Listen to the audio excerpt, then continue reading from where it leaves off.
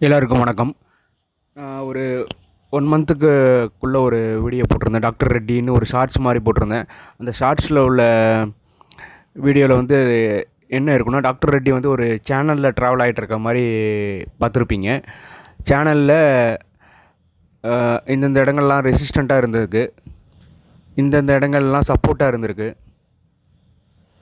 So இந்த third சப்போர்ட்டுக்கிட்ட வரப்போ தான் அந்த ஷார்ட்ஸை நான் போட்டிருந்தேன்.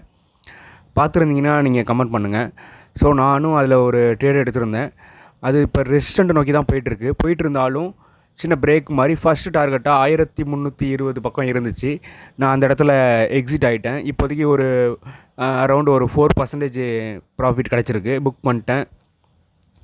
ஸோ அது வந்து ரெசிஸ்டண்ட்டை நோக்கி போயிட்டுருக்கனால ஒரு 1450 அந்த பக்கம் போகும் அப்படின்ற எதிர்பார்ப்பு இருந்தாலும், இப்போதைக்கு ஒரு கரெக்ஷன் கிடச்சிச்சின்னா அதை நம்ம மறுபடியும் கன்சிடர் பண்ணலாம், ரீஇன்வெஸ்ட்மெண்ட் பண்ணலாம் அப்படின்ட்டு வெயிட் பண்ணிகிட்ருக்கேன்.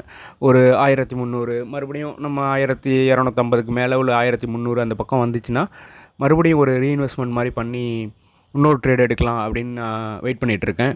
இது என்னோடய அனலைசிஸ் மட்டும்தான். நீங்கள் உங்கள் அனலைசிஸ் அப்ளை பண்ணி பாருங்கள், உங்கள் டெக்னிக்கலை அப்ளை பண்ணி பாருங்கள்.